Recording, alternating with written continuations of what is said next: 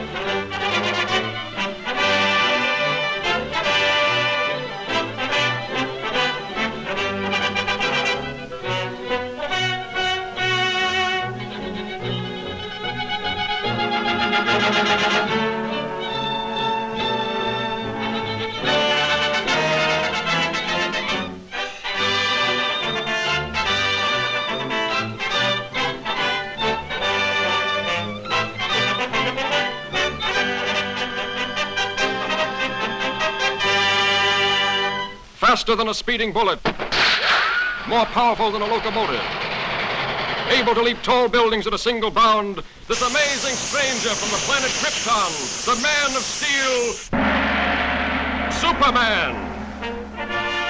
Possessing remarkable physical strength, Superman fights a never-ending battle for truth and justice, disguised as a mild-mannered newspaper reporter, Clark Kent. Penetrating deep into the frozen wastes of the great Arctic plains, an archaeological expedition searching for prehistoric fossils makes an amazing discovery. A huge monster, as lifelike in appearance as when it roamed the earth millions of years ago in the Mesozoic age, is found frozen in the ice in a state of perfect preservation.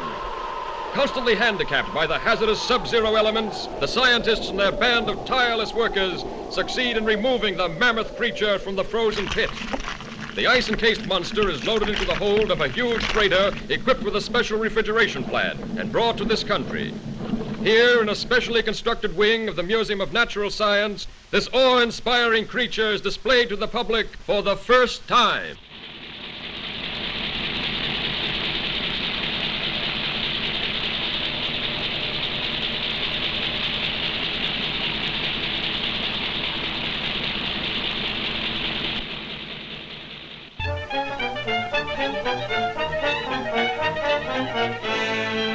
And you mean to say that if the ice were permitted to thaw, there's a possibility the monster might still be alive?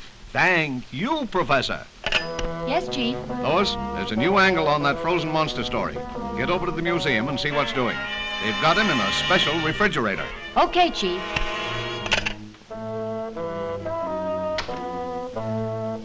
Oh, Lois, want me to go over there with you? No, thanks. You'd probably faint if you saw the monster. You scare so easily. Maybe she's right, but Superman hasn't fainted yet.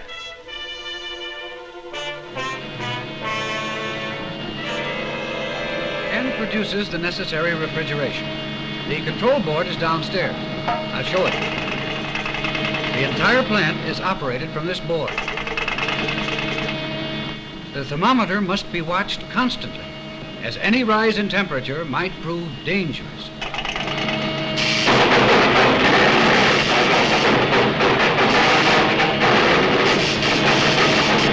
Cut those switches!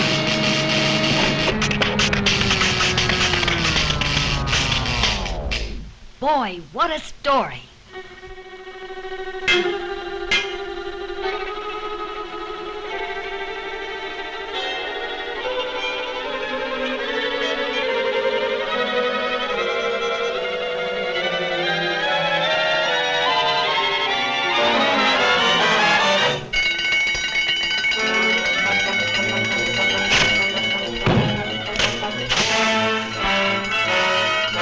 Outside, everybody. Step lively, please. Use the nearest exit.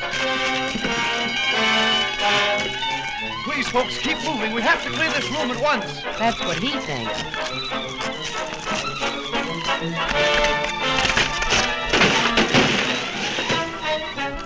Police headquarters. Hello, Chief. Send the riot squad. We're in trouble.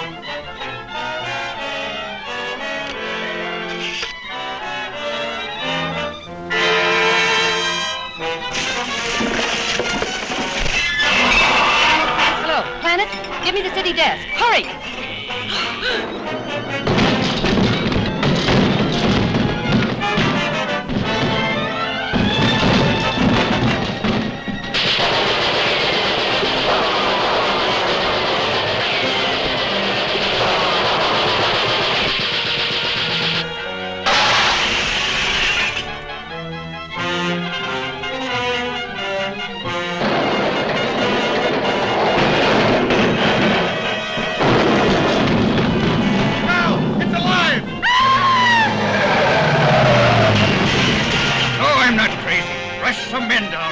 Attention, all cars. Proceed to Fifth and Main at once.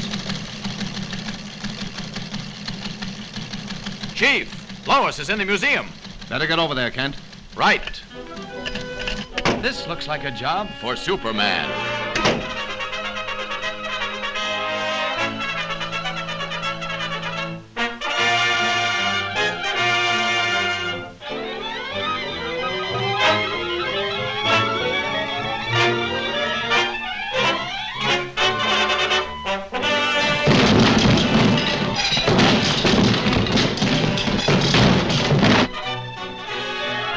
Lois. Superman.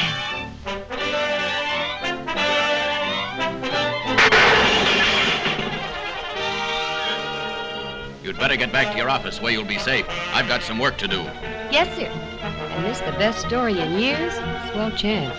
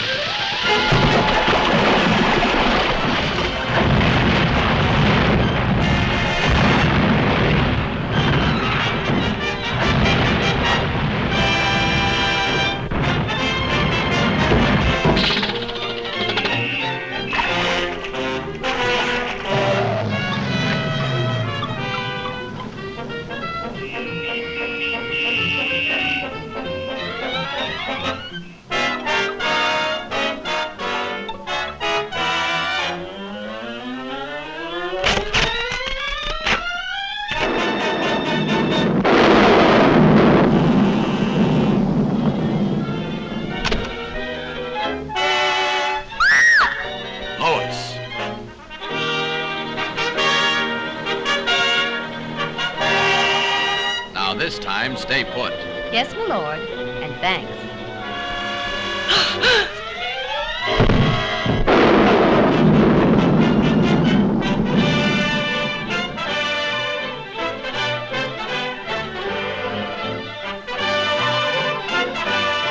You showed plenty of courage getting that monster story, Lois. Thanks, but where were you? Me? Oh, I must have fainted.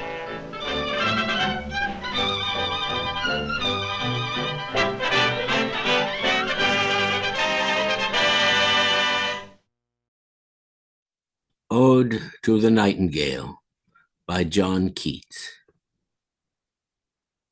My heart aches, and a drowsy numbness pains my sense, as if of hemlock I had drunk, or emptied some dull opiate to the drains 1 minute past, and lethe words had sunk.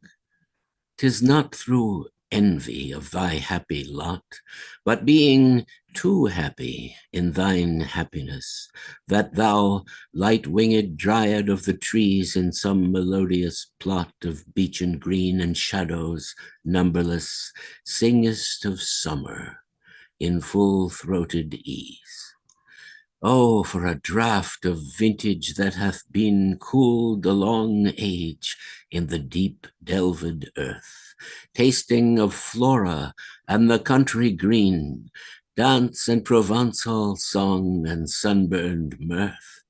Oh, for a beaker full of the warm south, full of the true, the blushful Hippocrene, with beaded bubbles winking at the brim and purple stained mouth, that I might drink and leave the world unseen, and with thee fade away into the forest dim.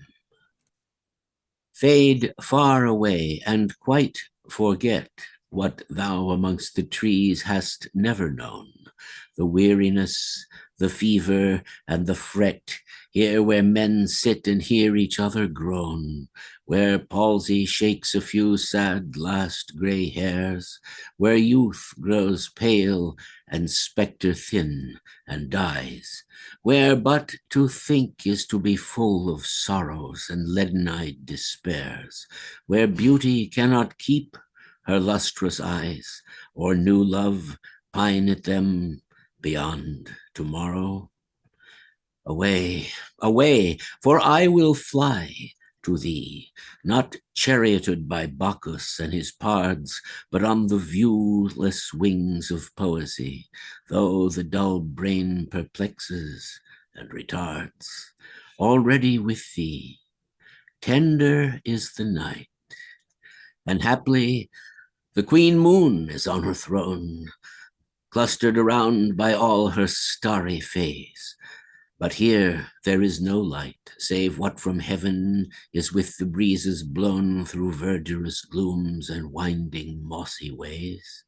I cannot see what flowers are at my feet, nor what soft incense hangs upon the boughs, but in embalmed darkness guess each sweet wherewith the seasonable month endows the grass, the thicket, and the fruit tree wild, white hawthorn and the pastoral eglantine, fresh fading violets covered up in leaves, and mid-May's eldest child, the coming musk rose, full of dewy wine, the murmurous haunt of flies on summer eves. Darkling, I listen, and for many a time I have been half in love with easeful death, called him soft names in many a mused rhyme, to take into the air my quiet breath. Now, more than ever, seems it rich to die, to cease upon the midnight with no pain, whilst thou art pouring forth thy soul abroad in such an ecstasy. So mightst thou sing, and I have ears in vain, to thy high requiem become a sod. Thou wast not born for death, immortal bird. No hungry generations tread thee down. The voice I hear this passing night was heard in ancient days by emperor and clown, perhaps the self-same song that found a path through the sad heart of Ruth, when, sick for home, she stood in tears amid the alien corn, the same that oft times hath charmed magic casements, opening on the foam of perilous seas in fairy lands forlorn. Forlorn, the very word is like a bell that summons me from thee to my sole self.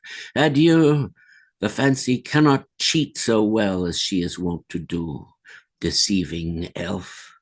Adieu, adieu, thy plaintive anthem fades, past the near meadows, over the still stream, up the hillside, and now 'tis buried deep in the next valley glades. Was it a vision or a waking dream? Fled is that music.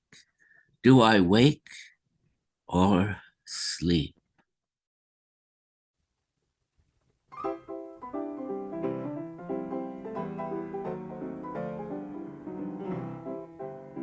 Here before you is an opportunity to plumb the depths of the mysteries that confound and intrigue us.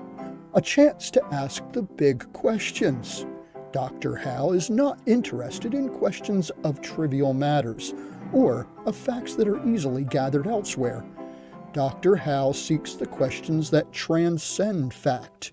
He stands before you ready to take questions that used to be brought to wise and aged sages on distant mountaintops.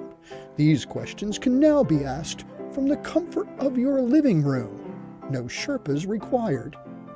Simply direct your favorite web browser to co-fi.com/AskDrHal. You will be taken to a website where all you need do is submit your question in the provided message block and the value that you wish to place upon it, and Dr. Hal will answer your question in a way that only Dr. Hal can. Next, you will be asked for your email address. Don't worry, we never sell, share, or solicit. PayPal takes care of the rest and moves your valuable love offering from your hand to Dr. Hal. Simply enter your information and you're done. Wisdom will flow directly from Hal's lips to your ears.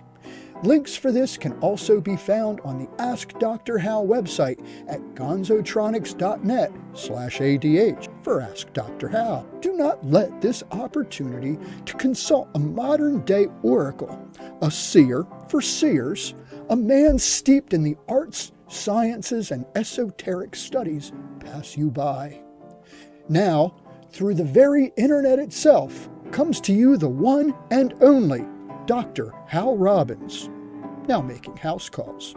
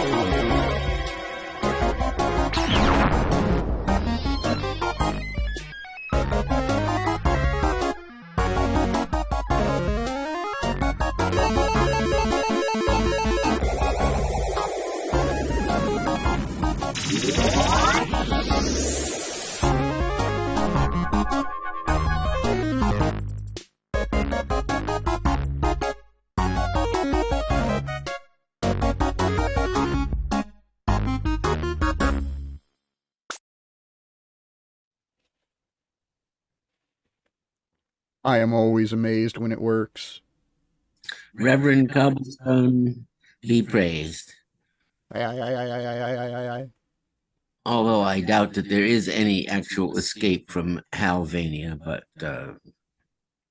a pleasant diversion, don't you think? You can check out any time you like, but you can never leave. So, here we are, Dr. Hal. Happy December. Yes, the last in a year's worth of these shows. Indeed. Show number 26. We've done this 26 times. Since, I think, like August of, 2020?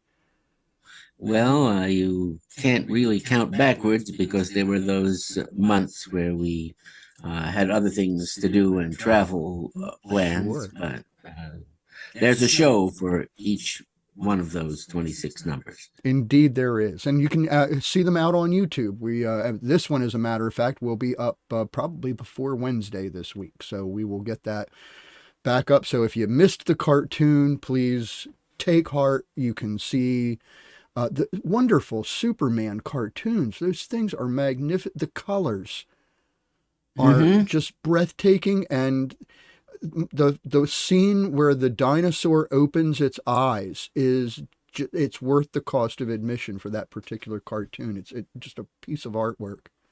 So yes, really amazing. Lovely stuff. Man, I think it's the picture you used for the poster. It That is. very scene. Striking. Yes.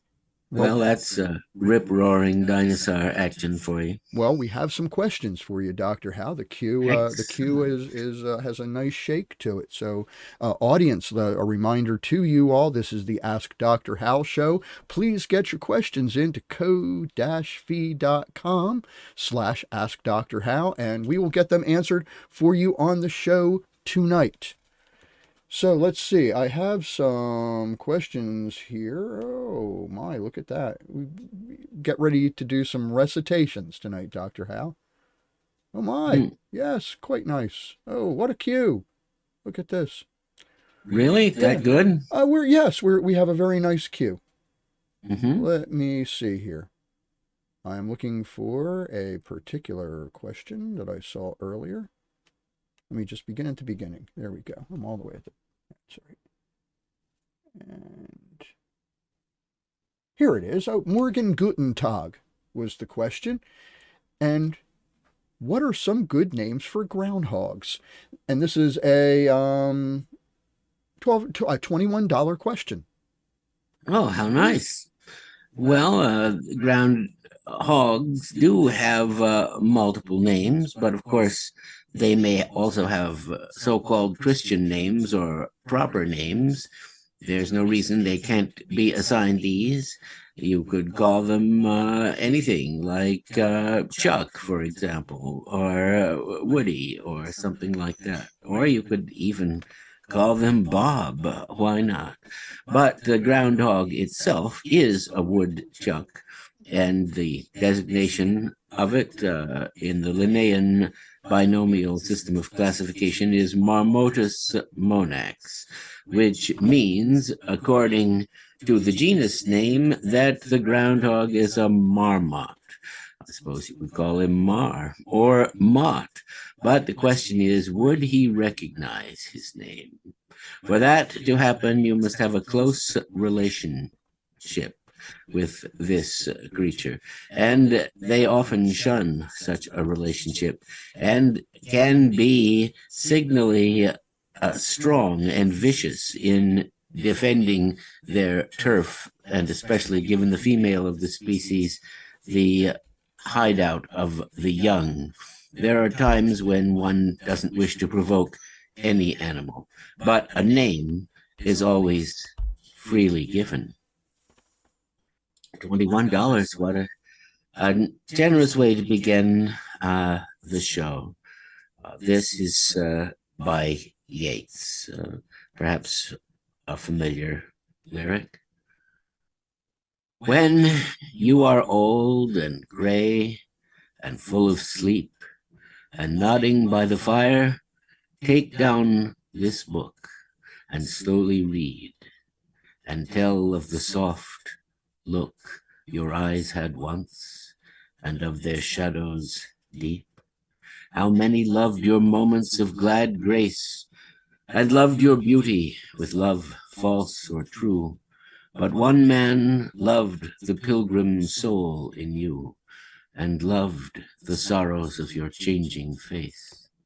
And bending down before the glowing bars, murmur a little sadly, how love fled and paced upon the mountains overhead, and hid his face amid a cloud of stars.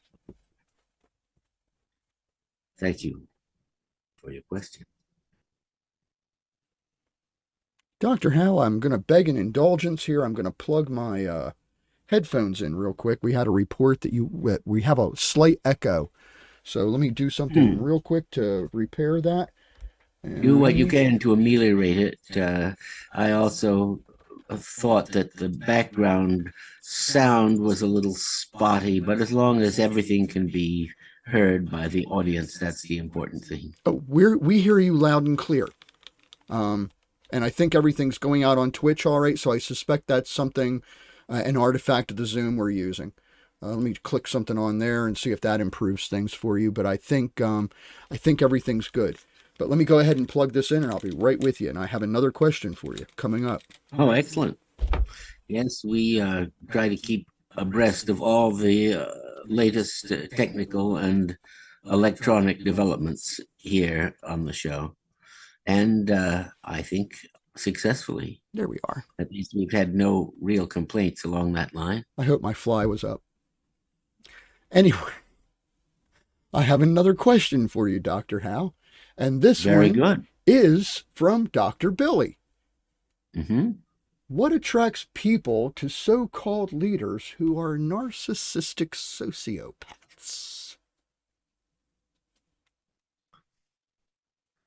Well, if it's entertaining to watch the narcissistic sociopath, that might attract people to watching them, and then they might, by insensible degrees, get with the program that this person represented.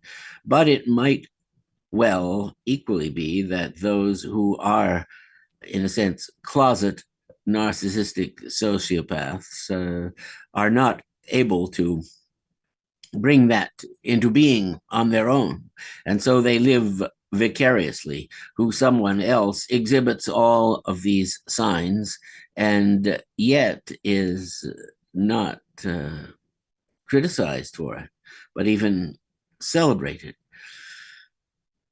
It's a sad thing, but the evil that men do lives after them. The good is oft interred with their bones.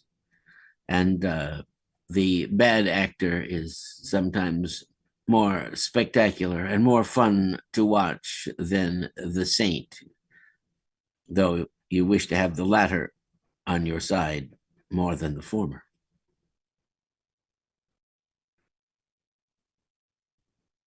And Dr. Hal, I may have failed to mention that was a $15 question. Oh, well, that's also rather generous. I appreciate the spirit of largesse which is coming our way this holiday season. Let me see, $15. This is by Robert Frost. Some say the world will end in fire. Some say in ice. From what I've tasted of desire, I hold with those who favor fire. Yet, if it had to perish twice, I think I know enough of hate to know that ice is also great and would suffice.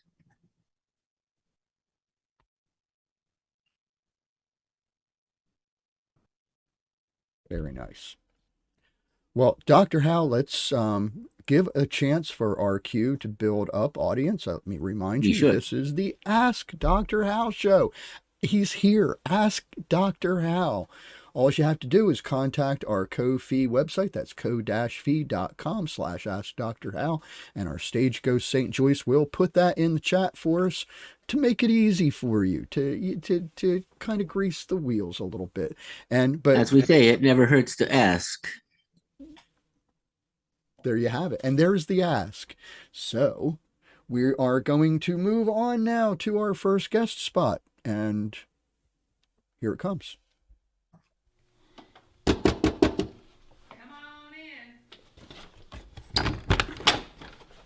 Howdy. Hey, Patsy, how you doing? Fantastic. How about yourself? Oh, I'm great. I'm here to ask you 73 questions. Do you have time? Absolutely. Let's get started. Oh, awesome. Oh, wow, I love your place. This is gorgeous. Thank you. So, tell me, what's your favorite time of day? Bedtime. And how do you start your day? By waking up. And what's something you can never live without? Rock and roll. What's your biggest fear? Ghosts. What makes you angry? Drum solos. Where's your band Shakewell from? We're from just outside of Black River Falls, Wisconsin. And how many members of your band are in Witness Protection Program now? All of us? Well, how many states are you still allowed into? 33, but who's counting?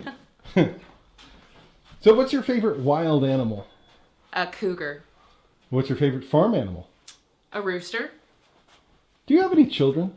I don't think so. What's your favorite cocktail? Old Milwaukee beer. What did you eat for dinner last night? Breakfast. And what food do you love? Grits. And what food do you hate? Vegetables. And what's your favorite dessert? Mud pie. What's your favorite fast food? Hot dogs. Does that count? Sure. You want half a Pop-Tart? Oh, yeah, that'd be great. So, what's your first memory of life? I guess that would be riding around in the trunk of my daddy's car. And are you an optimist or a pessimist? Nope. What's the best advice you ever got? Keep your mouth shut. What are you doing for exercise these days? I'm taking long walks on the beach and practicing my dance moves. Can we see some? Probably. What's your musical inspiration? Pat McDonald. And, well, I'm really curious about this. Where do you see yourself 10 years from now? The top of the charts. What are you currently reading? Oh, sure, thanks. What are you currently reading? I just got a new hairdryer. It's a little tricky, so I've been reading the instructions for that. And who's a fictional character you want to be? Jesus. Cool. How many vehicles has the band destroyed? 17. Do you have any hidden talents?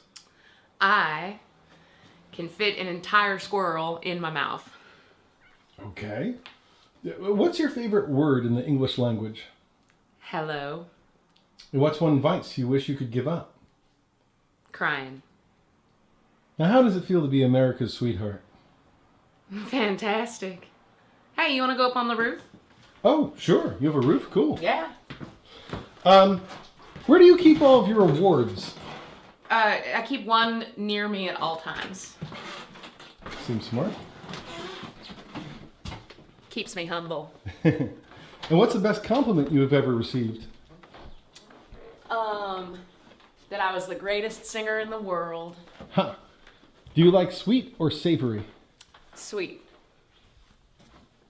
And what song can you listen to on repeat over and over?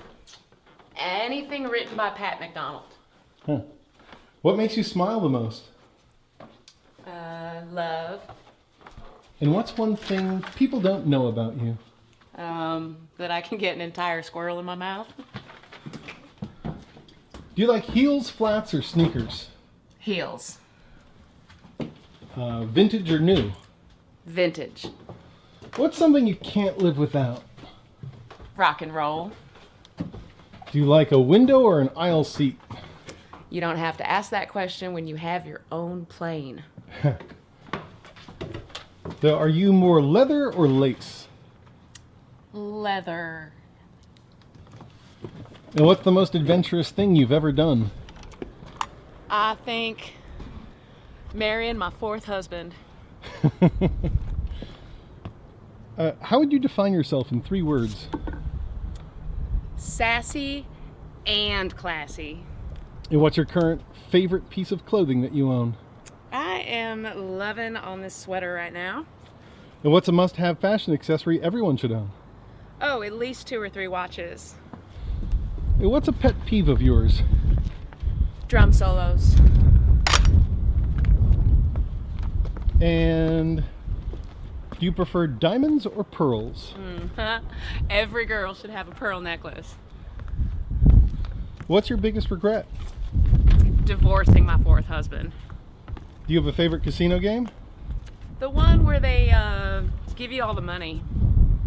Do you have any guilty pleasures? I don't think any pleasure should be guilty. If you could raid one woman's closet, who would it be? Dolly Parton. If you could switch lives with one person for a day, who would it be? Wonder Woman. And what's one thing you've always wanted to try but you've been too scared to? Skydiving. And what's the one thing you wish you knew at age 19? That I will be tried as an adult. If you could have any other career, what would you do? Shark trainer. If you could have, well, actually, what's something you can't do? I can't love again. I can never love again. What's one city you've always dreamed of traveling to? Canada? What's something you always travel with? TJ McDonald. What's a movie that made you cry? Cannonball Run. What movie made you laugh the hardest? That really, really funny one.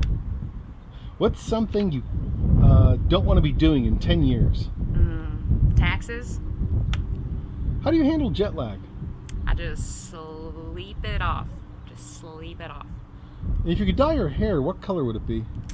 I would never dye my hair because I love my natural color just the way it is. And how would you describe your style? Timeless. What's the first toy you ever had? Like a vibrator? I guess. But do you like surprises? Good surprises. What's one thing you had to learn the hard way? Girl like me has to learn everything the hard way. What did you want to do with your life at age 12? I wanted to be the lead singer for a rock and roll band. And what's one talent you wish you had? I wish I could tap dance. Have you ever cut your own hair? I only cut my own hair. And what's your favorite sport? Synchronized swimming. And what historical figure would you like to have a drink with? Santa Claus. Well, that's it. That's all my 73 questions. Thanks so much for your time. I did it. I answered them all. You were great. Thanks so much. All right. Shake well, ladies and gentlemen.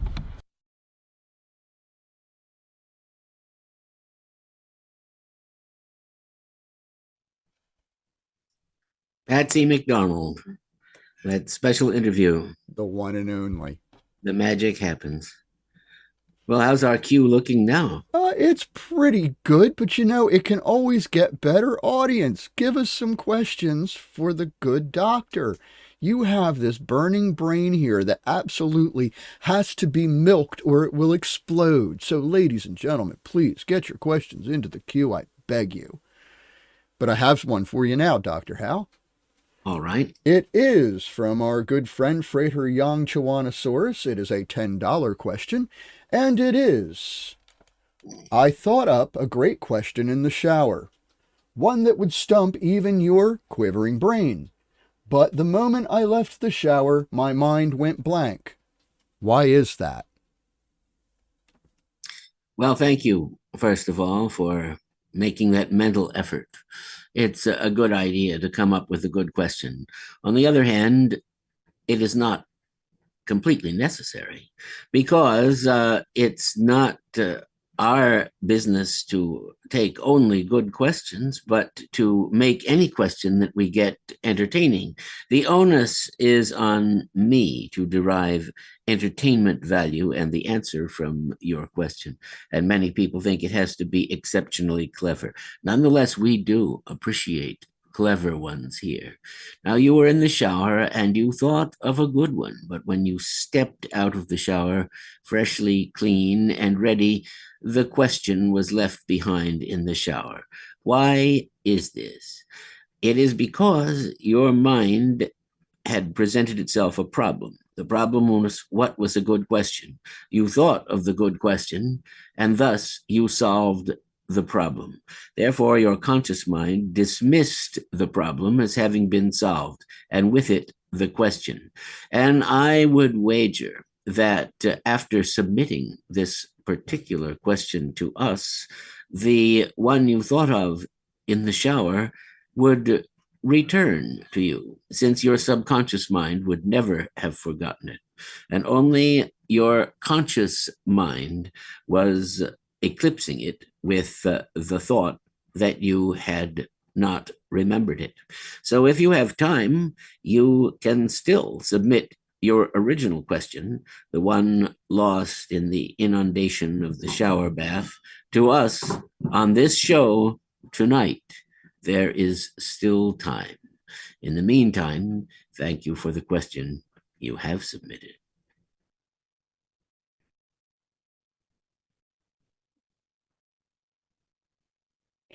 I have a question here. It is a $9 question from Dr. Reverend Big John. And it is, what is the best way to avoid decision paralysis? That's a good one, because the paralysis seems like such a real thing, like an actual barrier, when in fact the barrier is put up by you and not someone else, and therefore far easier to surmount. But the best way to do it is to start one of the things contemplated, especially if you're wondering whether you should do A or B. It's not really that important which you do, as long as you do one of them, since once you have done A, you can do B. So begin either with A or B. And the curiosity of the human mind is that doing one will prompt help with the other. The important thing is simply to act, which breaks the apparent paralysis. Start with one of the things which is apparently leaning up against the other thing, and all of the things will obediently follow like a tumbling row of dominoes.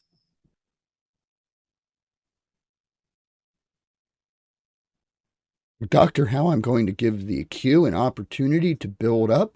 Audience, now's the time to get in your questions. Dr. Hal's waiting.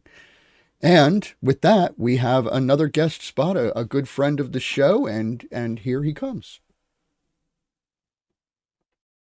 Avoids speeding bullets, faster than Amtrak, likes flying in airplanes. This amazing performer from the Church of the SubGenius Man of Steel, Reverend Bender. Ladies and gentlemen, do you feel like life has you bound up like a 4-day diet of Kraft macaroni and cheese? Well, my name is Reverend Bender, and I'm here to tell you about a man that can act as the roto-rooter to your clogged pipes.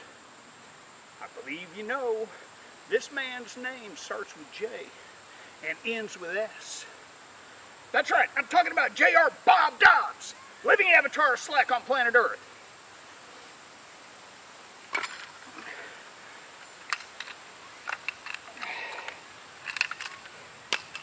Bob can set you free. Praise Bob.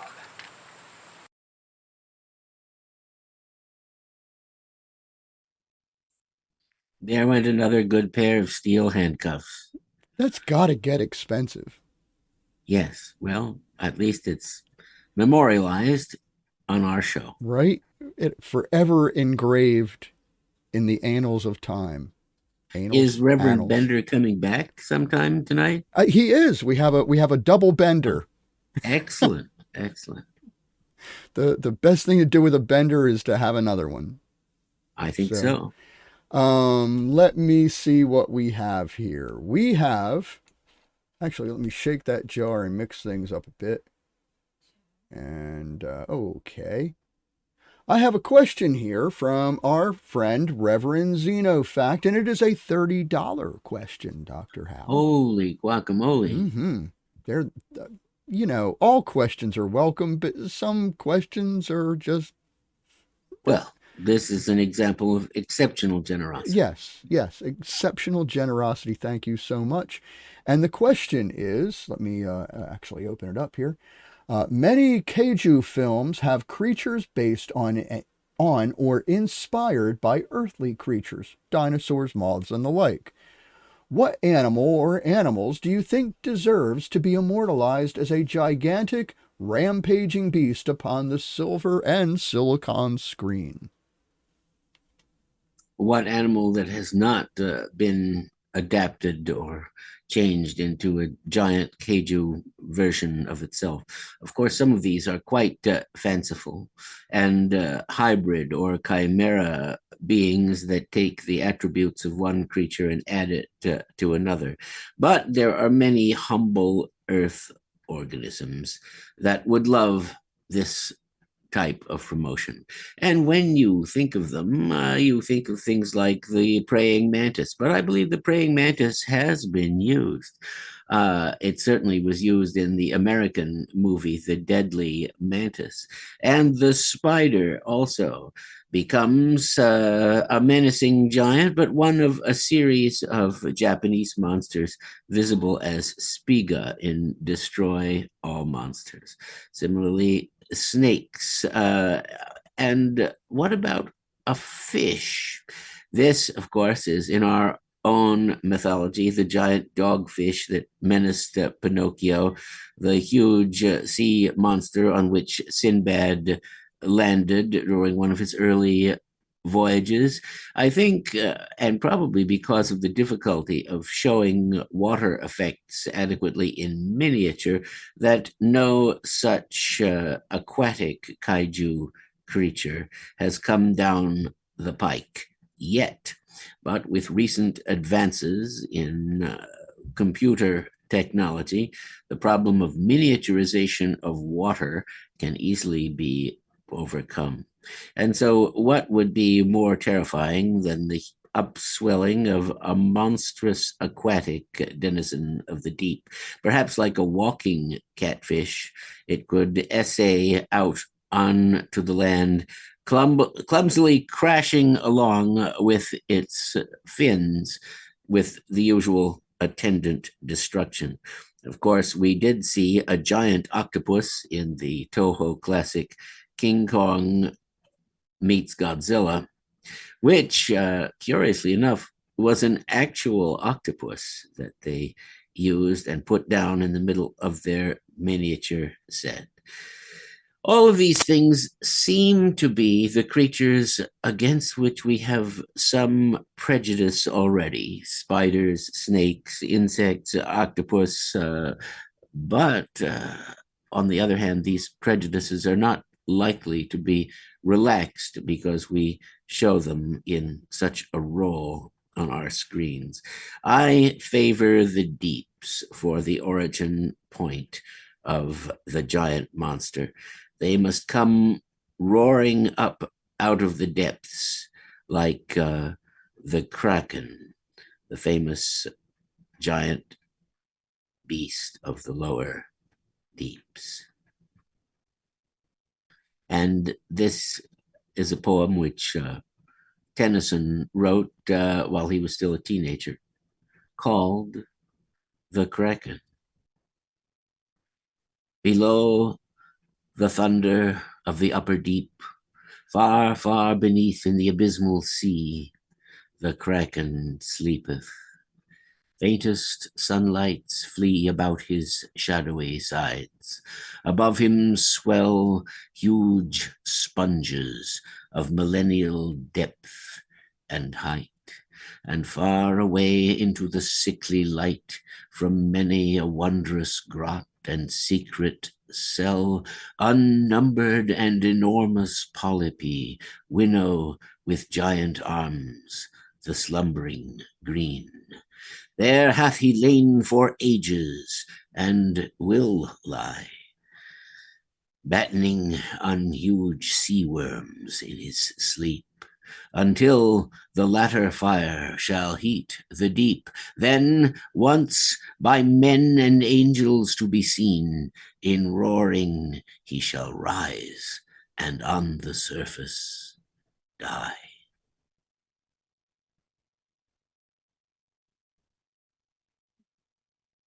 Excellent, Dr. Hal. Do you like fish as the subject of a new Kraken? Fish maybe that could walk on land somewhat?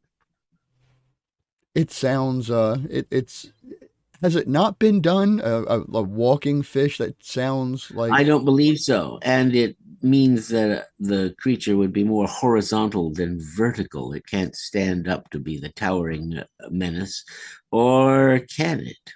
It could be designed to have those attributes as well. I'm sure we're not finished with the kaiju antagonists in the cinema. They are remarkable things. But yes, a fish that crawls up onto land and begins to cause mass destruction would be a wonderful, wonderful thing. Fish can inflate themselves also. It could be like a puffer or something, or it could spew toxic slime. There are many things it could do. The mind just reels with possibilities.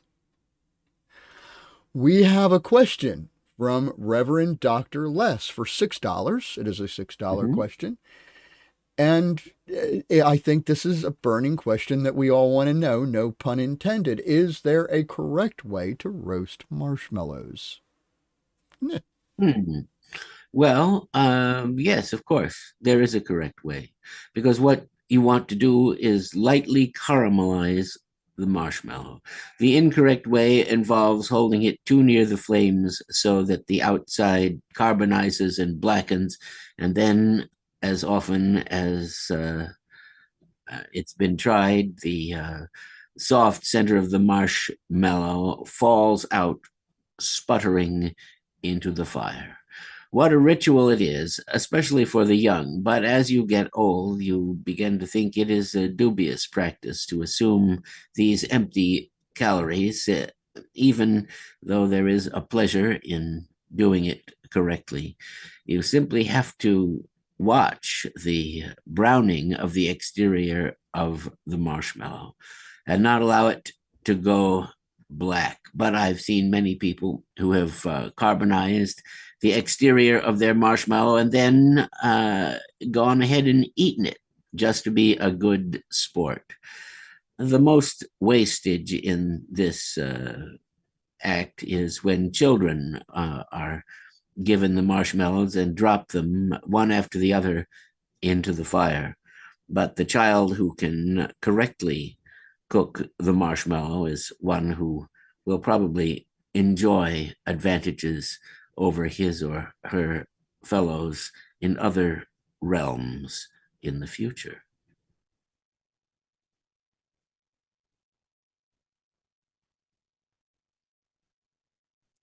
Well, here we are again. It's a time to let the queue build up. Audience, get your questions into Dr. Hal. We are approaching, I guess, halfway mark through the show.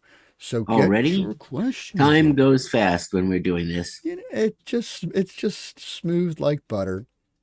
Remember, we invite everyone to join us for the after show chat in the chat room. Indeed, we do. And but I do have our first monster movie moment now that you speak of Keiju and what could be more seasonal than grotesque monster apparitions, which this show makes such a point of display. Christmas monsters. Here's our one of our offerings for this month.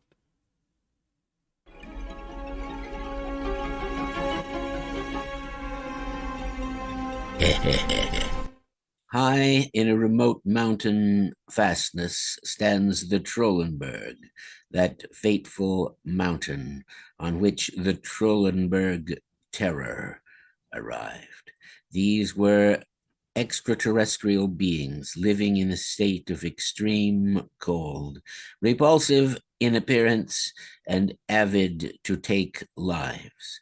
This was their assault on the redoubt, the scientific headquarters, into which a group of survivors had gathered for their last stand against the crawling eyes. Case closed.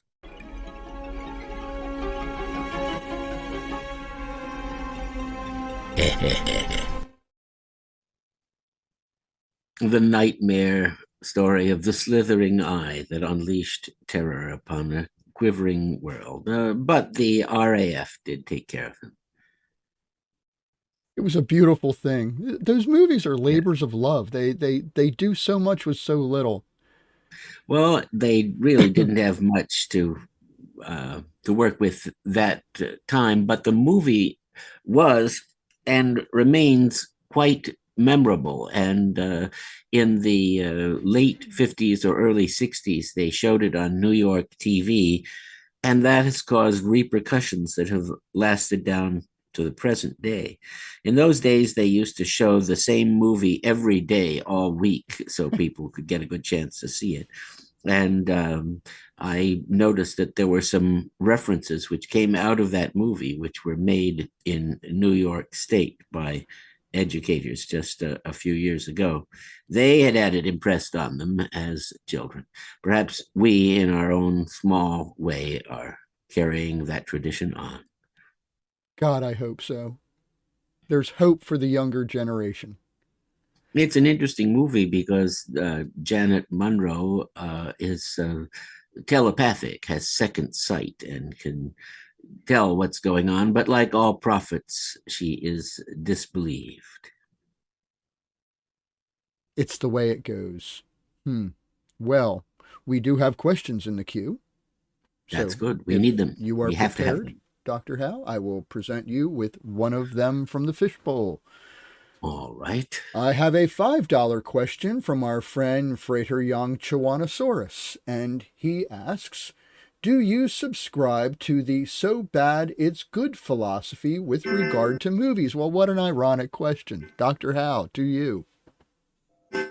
Well, I do yes and no. That is, some type of badness is visible in the movie and yet transcended by the filmmakers. In other cases, they are unaware of it, and that is an occasion for hilarity. One of the worst movies ever is The Oscar. I don't know if anyone has seen it. Starring Stephen Boyd and Elke Sommer. It came out, I think, during the late 60s, where he's trying to win the Oscar in Hollywood, and it has an endless bitchy script by, of all people, Harlan Ellison.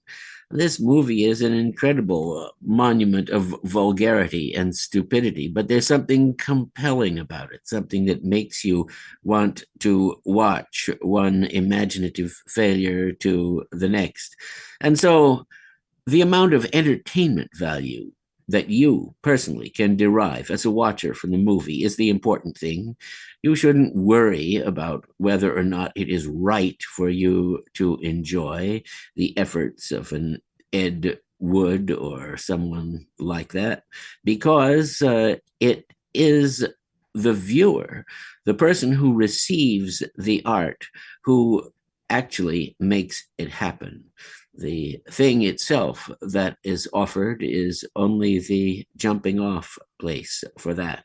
Of course, if you hold back and say, well, this isn't going to entertain me, the best movie cannot withstand that. Things that are bad are not necessarily so bad that it's good. That is a special category. But how many times we have spent watching Robot Monster? The more you watch it, the more you see in it. And in fact, perhaps there is good to be found in that one after all, although making the case is difficult.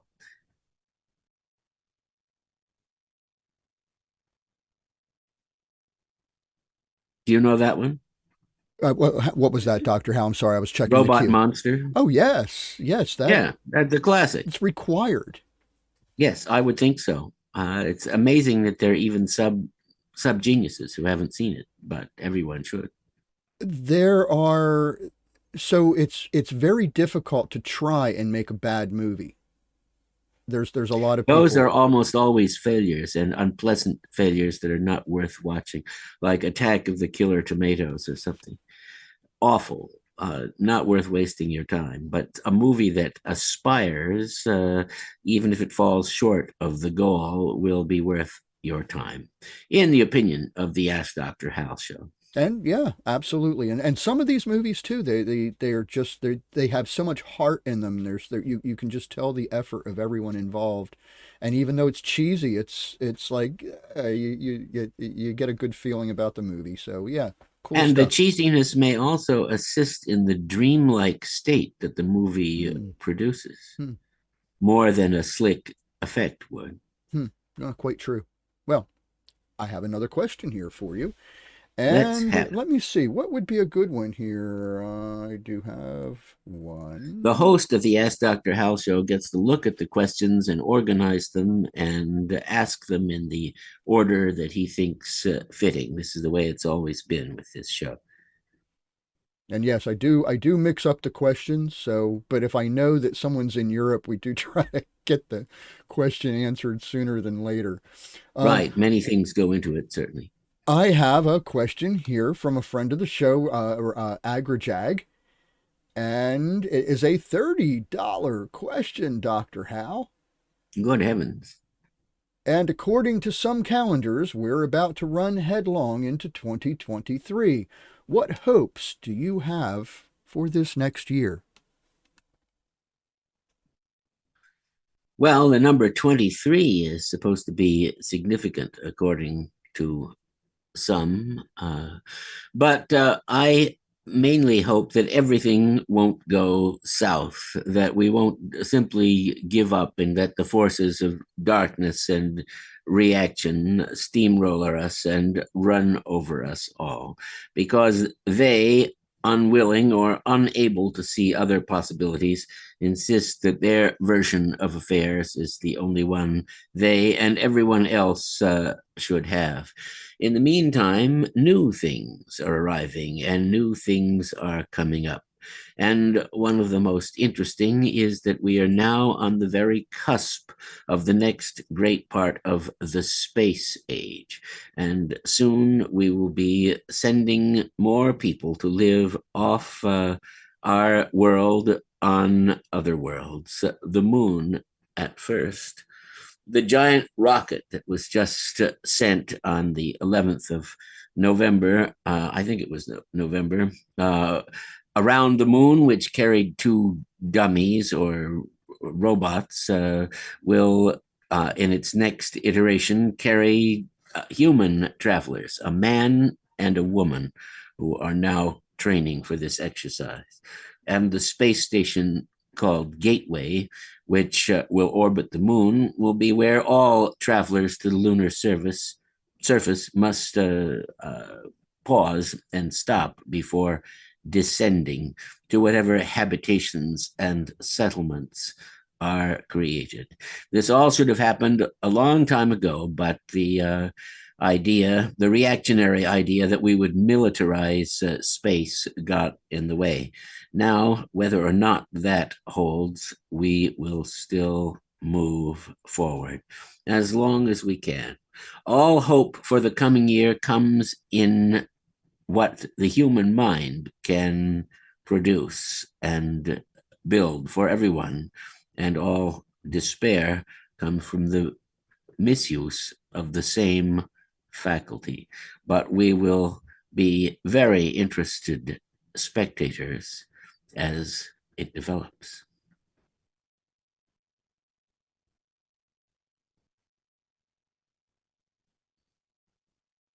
Fighting my button, Dr. Hal. What about your button? Oh, I was fighting it. I was trying. I kept pushing on the button here, and the scene wouldn't switch. Oh well, we're good. We're back. It's great.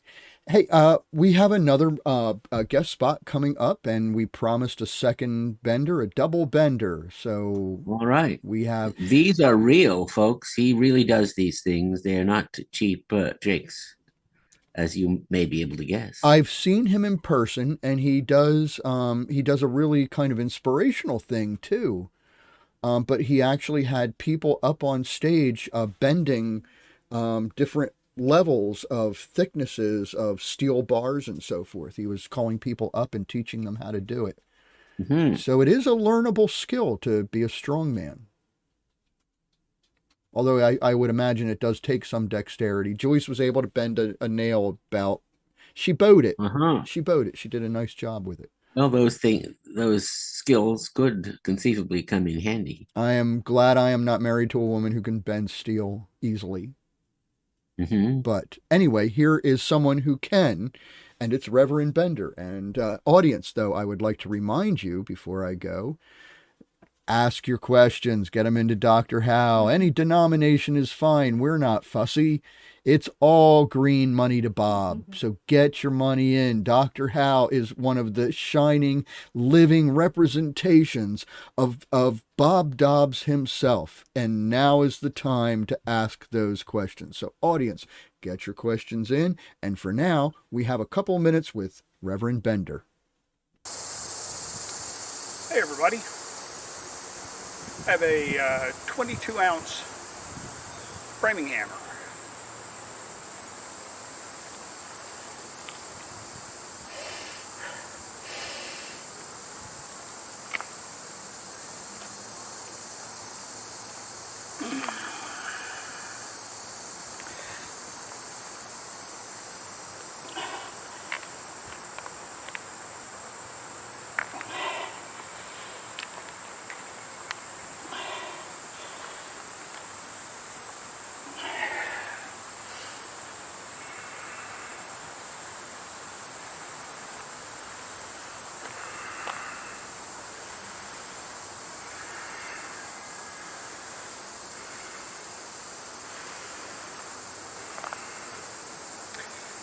Stay strong, everybody.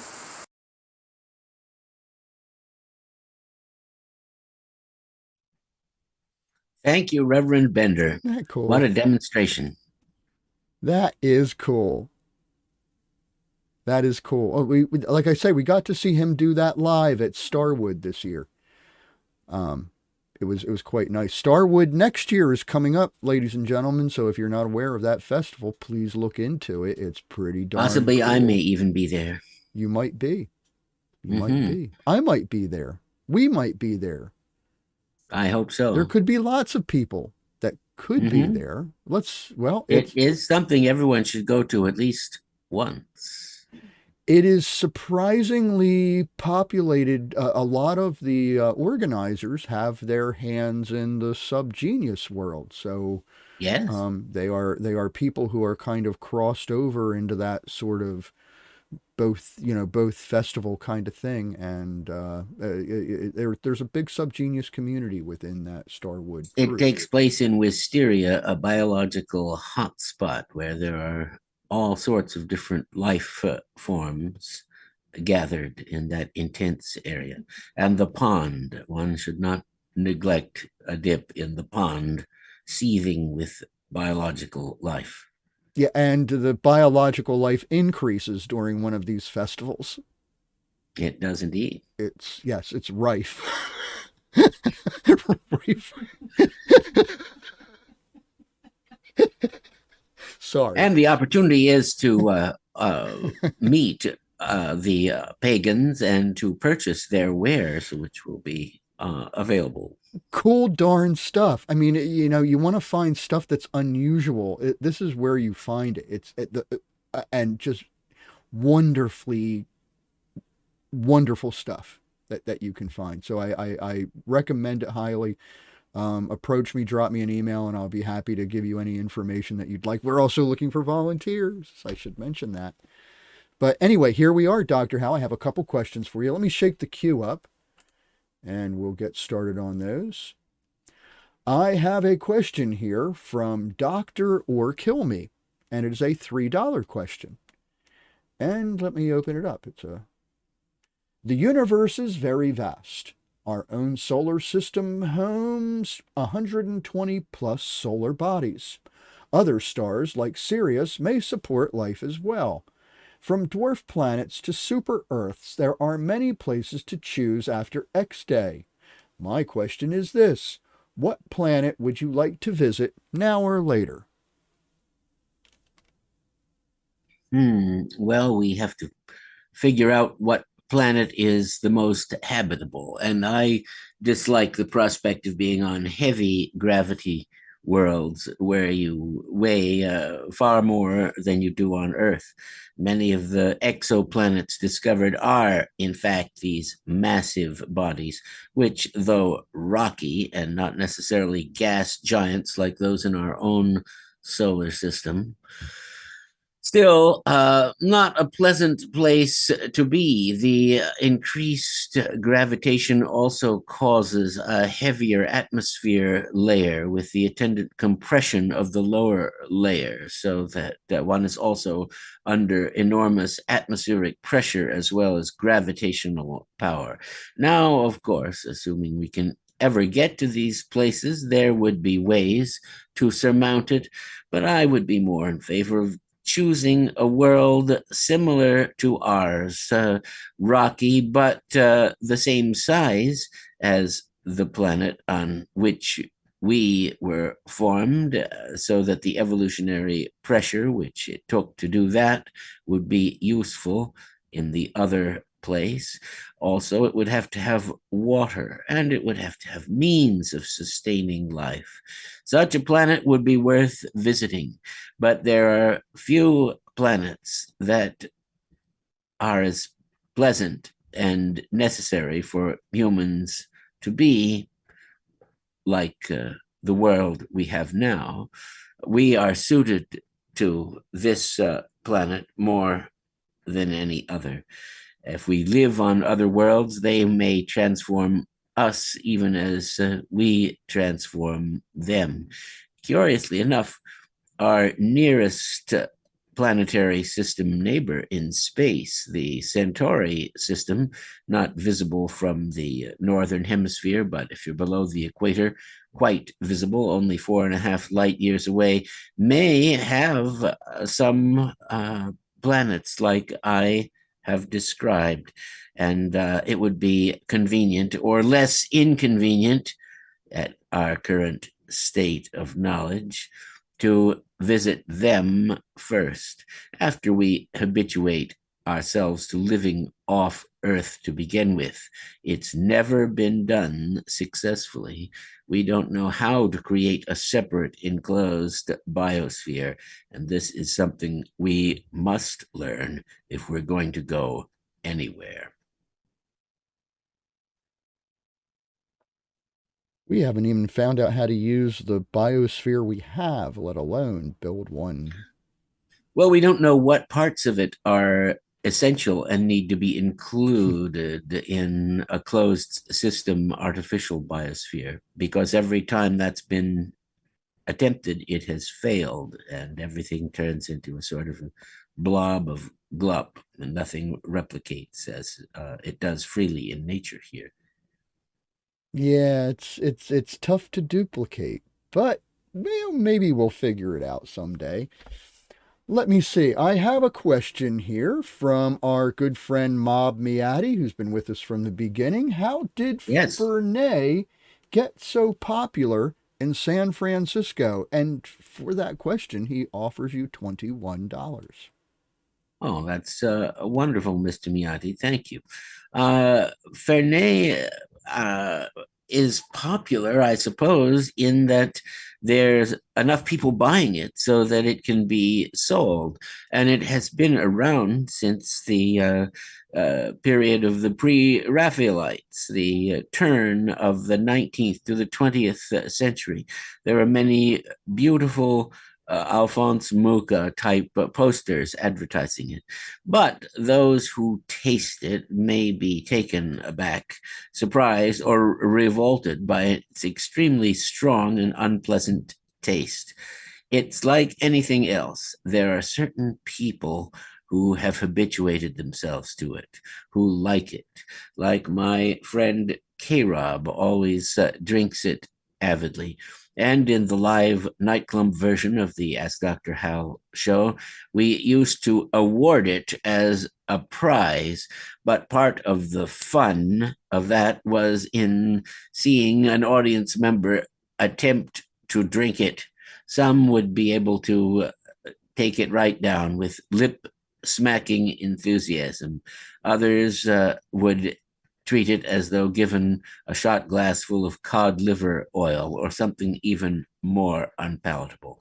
Mark my words, there are people who enjoy the taste, but this is one of the adult pleasures, and one would scarcely find a child who found any recreational value in allowing this liquid to pass its lips. A good thing, too, since the little kids shouldn't be made alkies, at least in drinking something so awful. That is my opinion, and I'm sure there are Fernet defenders who would say you just don't understand. It's like people who enjoy eating hot peppers in the food. I'm one of them. That seems to make sense to me, but others can't understand why you would ever do that. An acquired taste is the best I can say for Fernet Branca. Do you know, I have never had it. I'm going to have to try it. Well, you'll have to test it. Here is a poem to match the generosity of the donation by T.S. Eliot. The broad-backed hippopotamus rests on his belly in the mud. Although he seems quite firm to us, he is merely flesh and blood. Flesh and blood are weak and frail, susceptible to nervous shock. Yet the true church can never fail, for it is based upon a rock. The hippo's feeble steps may err, encompassing material ends, while the true church need never stir to gather in its dividends. The potamus can never reach the mango on the mango tree, yet fruits of pomegranate and peach refresh the church from over sea. At mating time, the hippo's voice assumes inflections hoarse and odd, yet every week we here rejoice the church at being one with God. The hippopotamus's day is passed in sleep. At night, he hunts. God moves in a mysterious way. The church can sleep and feed at once. I saw the potamus take wing, ascending from the damp savannas, while choiring angels round him sing the praise of God in loud hosannas. Blood of the Lamb shall wash him clean, him shall the heavenly arms enfold. Among the saints he shall be seen, performing on a harp of gold. He shall be washed as white as snow, by all the martyred virgins kissed, while the true church remains below, lapped in the old miasmal mist.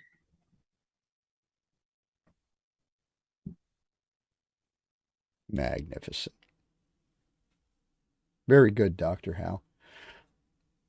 Well, the time has come for us to remind the audience that this is the Ask Dr. Hal show. We have room in our queue, but I would also like to remind you that we're coming up on the grand finale here, so please get your questions in, and Dr. Hal will answer them.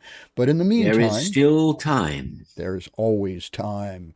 And if you put them in, we will make sure, before everything is said and done, that those questions get read.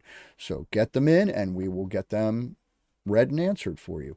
And our second monster movie moment coming our way.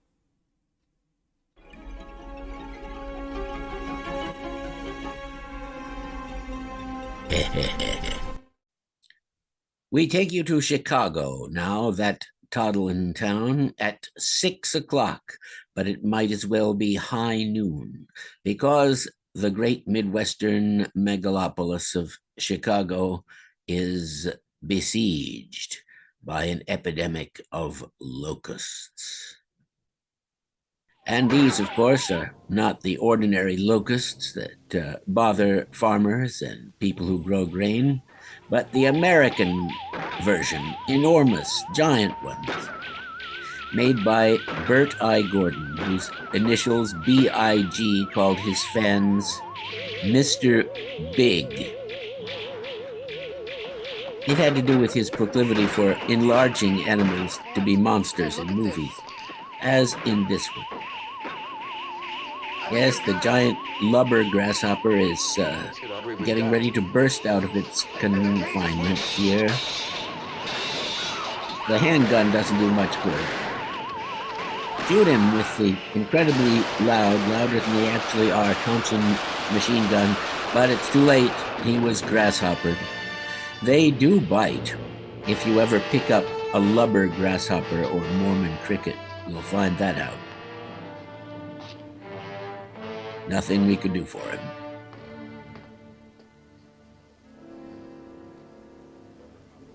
Yeah, cover him up. And get that 8-ton grasshopper out of there all by yourself. It's 70 degrees, Ed. 70 degrees? The bugs are on the march. Emergency lab to all observation posts. Report in. Yeah, there's nothing here, but I'm sitting by some mannequins in sexy cocktail dresses and lingerie. Over. The Art Institute on Michigan Boulevard. The street is empty. Nothing in sight. Out. Observation post number 3 to emergency lab. On the roof of the Drayton Hotel, and boy is it swanky up here, but no giant grasshoppers in sight. Over. Out. Emergency lab to observation post 1. Emergency lab to observation post 1. You did not report. Well, it wasn't because I was making a sandwich. I'm surrounded by these great big oversized things. I'm right in the middle of them. I'm just south of 73rd and South Shore Drive. Out. Yes, they've taken over the streets. Emergency lab to helicopter. They're climbing up the sides of buildings. Helicopter to emergency lab.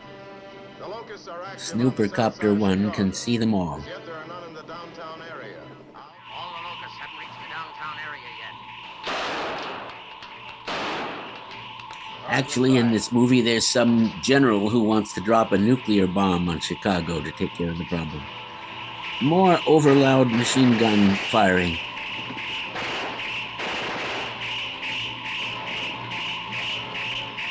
All these creatures want is food, but the outsized grasshopper is an omnivore.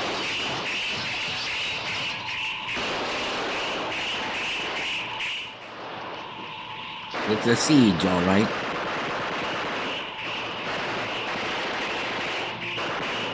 Now we'll never find out if giant grasshoppers chew tobacco.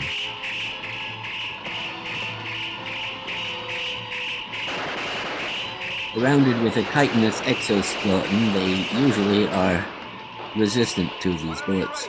Okay, give it the juice, Beverly. Okay, go ahead. Throw the switch. So much for Mr. B.I.G. and his enlarged fish bait.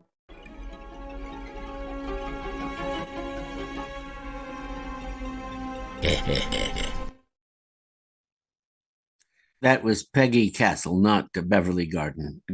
It looked like Beverly Garland. But what about the grasshopper for a kaiju monster? As you can see, almost everything has been tried. But when grasshoppers become locusts and go into the locust swarm, their actual form changes. They do become larger and their jaws become stronger, and nothing can withstand them. Perhaps Mr. B.I.G. knew that, or perhaps he simply didn't care. And humans are such tender creatures. Yes. Well, they usually have to stand by while their crops, homes, and everything else are devoured right down to the bedrock. But they could be nibbled also by the lubber grasshoppers. I find they taste better if they're brined. They are future food. Oh, I was talking about people. I'm sorry. In our lifetime. Oh, yes, certainly. But yes, they are future food. They're going to harvest those things and breed them and grind them up into bread. It's lovely. Well, the lubber grasshopper is larger. It's a better potential source of food than the standard grasshopper. Well, I'm certainly not going to knock what I haven't tried. We did see them as street food when we were over in China. In the meantime, they're developing artificial meat or meat that is grown from the living cells, but not taken from any particular animal. So there may be many curious culinary adventures ahead. And then suddenly it becomes sentient. Anyway, I have a question here. Actually, let me shake the jar one time and see what comes up. Okay. I have a $12 question, and it is from, let me see, hold on a minute. It is from Pope Puss Bucket. How do you know you're not crazy and just hallucinating your whole life? Well, you never do know that, Reverend Puss Bucket, but you can make some assumptions. And one of them is that this standard of being crazy or not crazy has to be set by someone else. But if you were crazy, you wouldn't be sensible of it. So it falls back upon you. And one does not know, but one can act upon one wishes to be so, which is that you are functional and compos mentis. Or as Kurt Vonnegut said, we are what we pretend to be. So we should be careful what we pretend to be. That is something that, I careful what you pretend to be. Yes, that's absolutely true. Mm-hmm. I've had that experience in my life. And well, you don't want to be locked into your fake identity, which it is necessary to assume at certain times. Many people said Hunter Thompson fell into that so many people expected him to always be Hunter Thompson. Well, it's probably a matter of consideration whether or not you want to read your own reviews, because they can affect you. I can't imagine Hunter Thompson had an ego. I'm sorry, I'm being sarcastic. It's not like me. Anyway, I have a question here from Dr. O Doctor, and it is, where does a thought go when it's forgotten? Well, a most interesting question. But a thought is not material. A thought is something created by the mind, by the synaptic activity, from neurons to synapses, with the growth of new brain cells. But the thought does not go away. It is filed in the great receptors of the unconscious mind.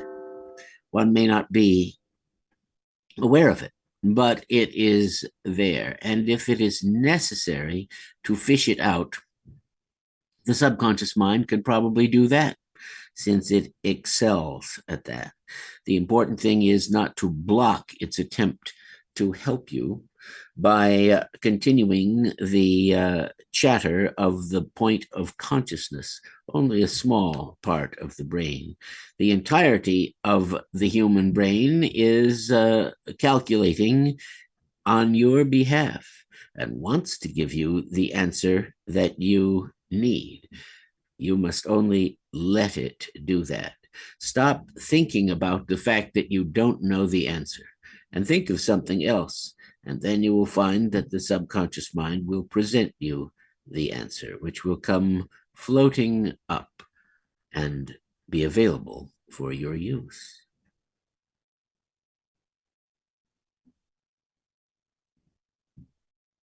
I don't know if I mentioned that was a $6 question, Dr. Hal. Well, very good. And let me see. Let me shake the queue over here. Audience, I do want to mention that this is the last call. So let me shake the jar, see if I've got anything in it. I'm not seeing anything. Let me scroll through, make sure I did not miss anyone. Audience, going once, going twice. We'll sit here and chat for a second.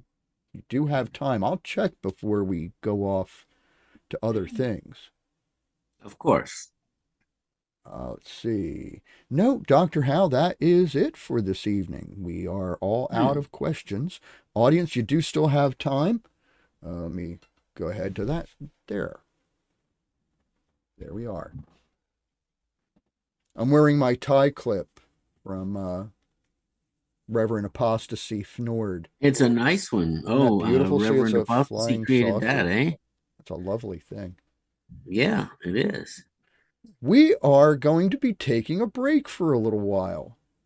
This is a labor of love, this show, but a labor nonetheless. And yours truly has a floor he has to replace, and I don't just mean like the linoleum. I mean like pretty much all the way down to the foundation. So may you discover a treasure buried under the floor. I hope so. Wouldn't that make it all worthwhile? It might. I'm afraid I'm going to discover termites. Something left by the Spanish conquistadors or something like that. Looted gold from Mesoamerican cities. It's the joys of owning an old house. But essentially what happened is we had a few projects that got put off to the side during COVID, where supplies were difficult to get and the cost of wood and all that was going through the roof. It probably still is expensive, and what isn't. But now's the time to get it done. While I'm still the person who can do these things and can lift and use my legs and arms, and because let's face it, 62. Oh, that's nothing. A mere embryo. I barely cracked the shell. And I'm a young 62. And isn't 62 the new 40? Isn't that what people are living longer these days? There are more than 6 million people on the planet today, more than 100 years old. Certainly. And they're all delicious to grasshoppers. They may turn out to be, but I think the grasshoppers would prefer the young ones with the more vital juices than the old and leathery ones, which will be al dente to their mandibles and maxillae. But take heart, we are talking about coming back in the spring. And of course, we'll have yes, time we may go quarterly. Isn't that right? We would do 4 shows seasonally. It is one of those things on the table. And what I've noticed is this is all, produced, by an amateur. And pretty much everything that you see, we've learned how to do since we've started doing it. So it gives us time to regroup and recapture some things and, hone some skills a little bit more and do more stuff, isn't that what we're here for, is to do more stuff. There could also be the promise of a holiday special. I mean, there are many things we haven't looked into, so we're not leaving, but we're altering our production schedule. Yes. We are also always looking for help with this show. So if this looks like something that's fun, it is. It's a real opportunity to push your skills and learn how to do stuff and be creative and kind of, give back a little bit to all those people that have been doing that for you for all these years. And so, there's another generation out there that, if you're hungry and actually like to do things, well, can certainly talk to us and we could have room to work with you on the show. We're looking for all sorts of people to do all sorts of things to give us a hand getting the show out there and that sort of thing. And we're also always looking for bits. So sorry for that ramble. Important to say, though. Yeah. This is a lot of the stuff we do comes from our community. It comes from the people that we know. It comes from people who are highly talented and skilled, and they bring all sorts of things to the table. And it's just a matter of, getting it on here. And we're always happy to showcase what our community is doing, and we love doing it. And occasionally we throw mugs and so forth around, so it's not without its earthly rewards. The Church of the SubGenius is producing books or sponsoring books by subgeniuses. And I saw that Reverend Crawford Smith has a new book, or maybe a new version of a book that he has had out. So there's a lot coming really from the Church of the Subgenius community. I've heard, and I think they were seeking funding. Reverend Fox or Foe and Company. Reverend Pease, I think, was involved in that. Mm-hmm. Pease, by the way, is recovering from surgery. And they did have a GoFundMe for him. So, folks, if you get a chance, take a look at that GoFundMe and toss a little love Pease way. But Pease and Reverend Fox and those folks over there were doing some sort of SubGenius movie. I forget what the name of it is, but it's based on the show they do. A SubGenius-oriented movie. Yeah, I think it's Time for the Show, the movie. Now that I. Mm-hmm. Sounds good. Your show starts now. So yeah, so they're working on that. So. But we'll be back probably in the spring with all new material and all that stuff. So we hope to see everybody then. But that's all I have. Actually, let me spin that cue one more time because I've been sitting here chattering. Just take a look. See if something else dropped into the box. It's Dr. Penny. Ah, Dr. Another friend of the show. And it's $25.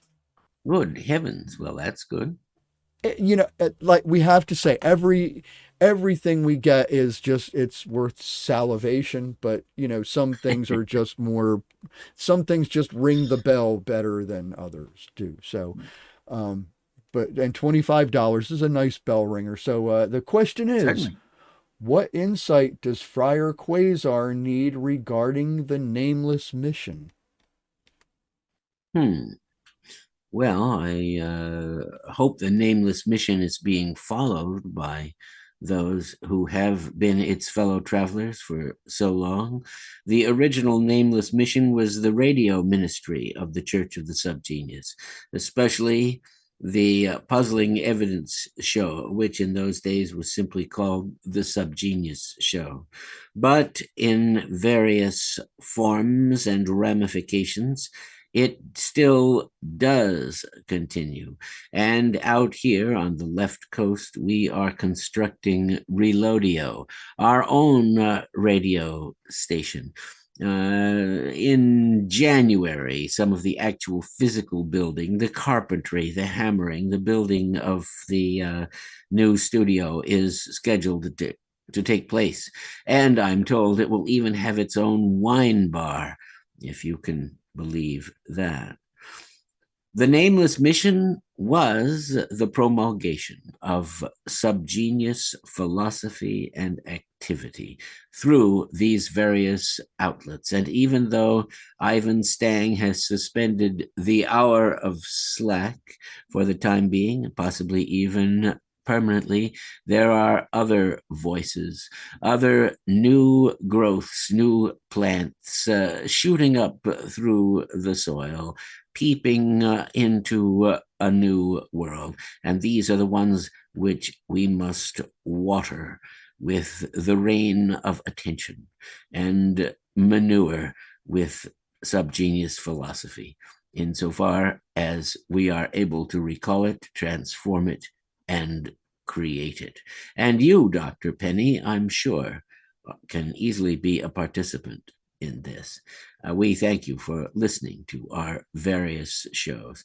Dr. Penny listens to my radio, SubGenius radio, internet radio broadcast on Friday nights on Radio Valencia. But she also listens from time to time to Reloadio's broadcast, which occurs on the following night. And the original Puzzling Evidence show still exists as a form of itself, though no one seems to go into the studio live these days. Since COVID, everything is transmitted from a distance, but a lot of what is transmitted is recorded earlier, often, in fact, at Reloadio.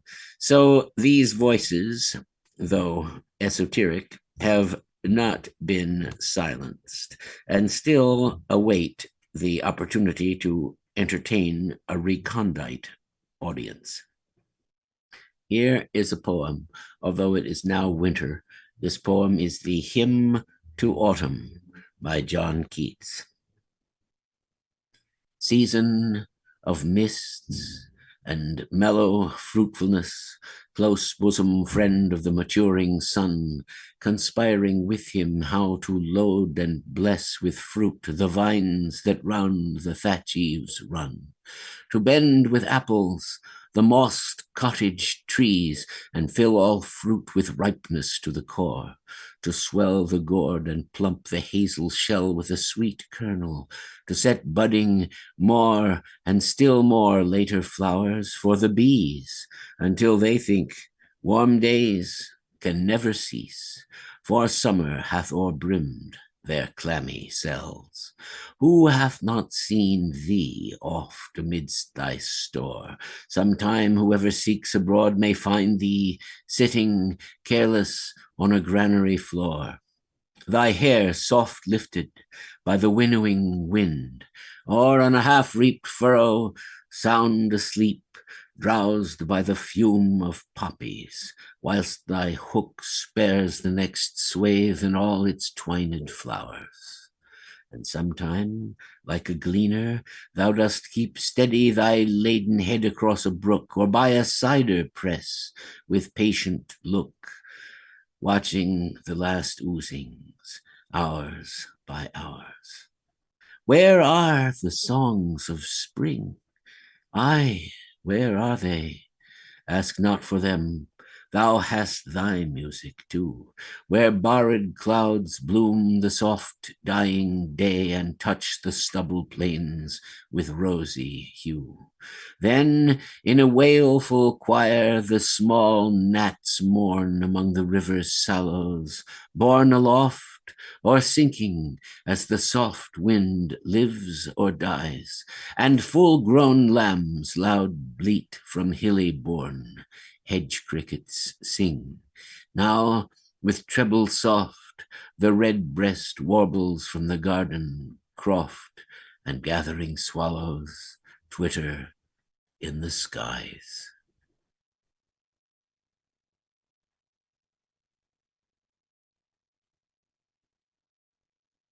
Worth every penny of that $21, Dr. Penny.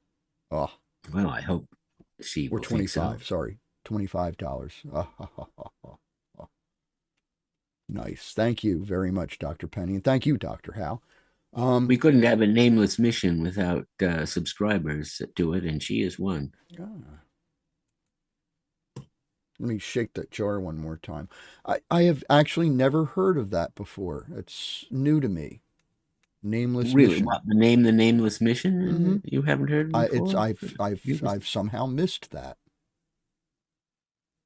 Where? Oh, well, I will. Can't follow everything, I suppose. Oh, God, you have no idea. There's so many things out there. It's such a candy store. I have an attention span of about 15 minutes. So, you know, in any event. That naturally protects you from accumulating too much. Well, no, it hasn't. No. It's way too much. My meter is pegged usually most of the time. But, well, what are you going to do? Anyhow, let me shake that jar one more time because I got a pleasant surprise the last time. And no, Dr. Hal, all the wheels just came up and were busted. So. Oh, well. Well. But soon, ladies and gentlemen, you have time to think of questions. We will see you in the spring. But with that, we have one more showing of our good friends with Loop Station. And the great band that Robin Coomer and Sam Bass had. And you can see with insets in this version that we're going to show how the loop device is operated by the singer's feet to produce this exceptional music, which we're always very happy to present and show. Yeah, they're just magnificent. It's a beautiful stuff they do, and Robin's voice is par excellent. There's no finer voice. So yes. Anyway, ladies and gentlemen, I hope you enjoy it, and we will see you soon, and hopefully we'll see you in the after show chat. I have put the chat in everybody's chat boxes, so everyone has the link. If you have any problems, let me know. And please stick around for that. So here we go, and then Dr. Hal will be back to give his final recitation.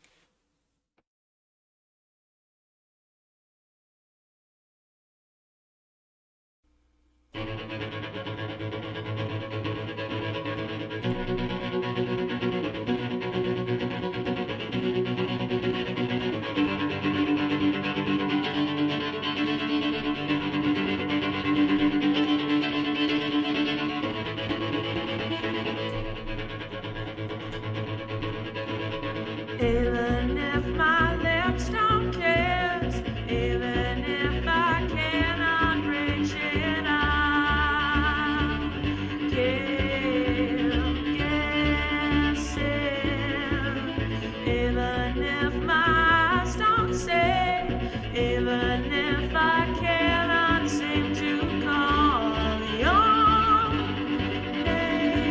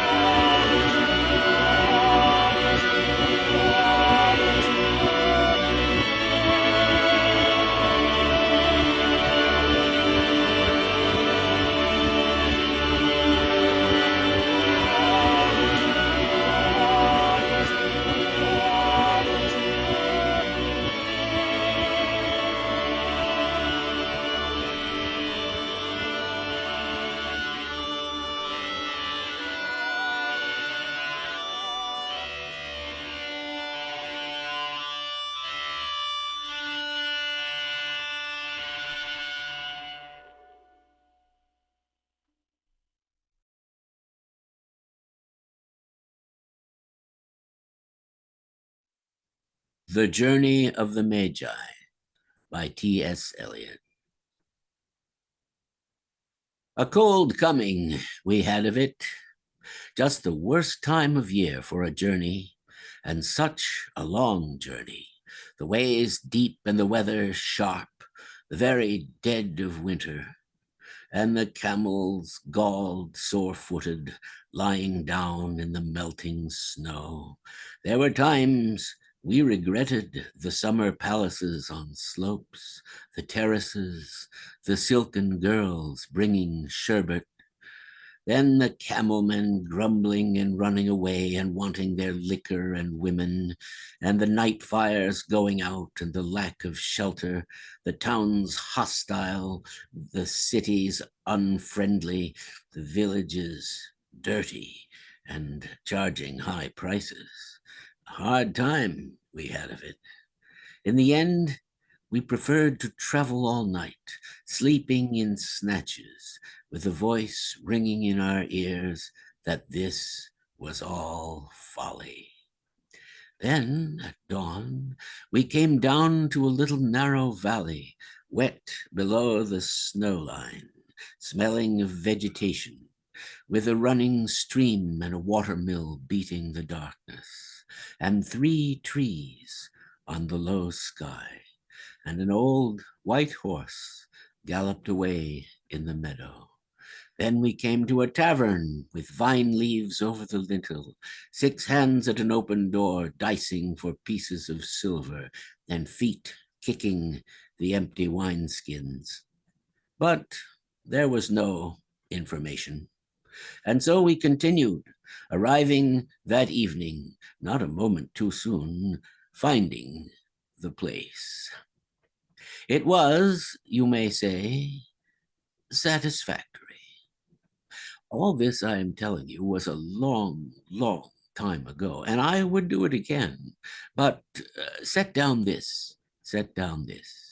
Were we led all that way for birth or death? There was a birth. We had evidence, and no doubt. I had seen birth and death before, but had thought they were different. This birth was hard and bitter agony for us, like death, our death. We returned to our places, these kingdoms, yet no longer at home here in the old dispensation with an alien people clutching their gods. I should be glad of another death.